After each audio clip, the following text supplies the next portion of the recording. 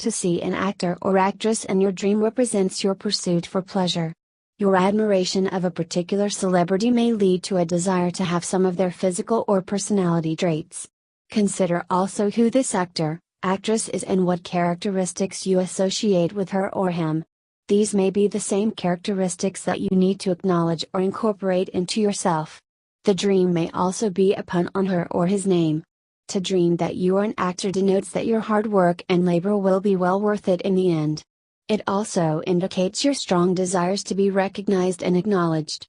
Perhaps you are putting too much emphasis on your outward appearances. Alternatively, the dream may be analogous to the role that you are playing in your real life, whether it be the role of a parent, sibling, co-worker, etc., or perhaps you are putting on an act or a facade. More specifically, if you dream that you are a supporting actor or supporting actress implies that you need to be supportive to those around you. It may seem that your presence doesn't matter, but you play an important part to someone's life. To dream that you are an extra in a movie means that you feel unimportant and unnoticed. Sometimes you feel you are blending in with the background. To see a particular actor or actress in your dream, look at the role they are playing.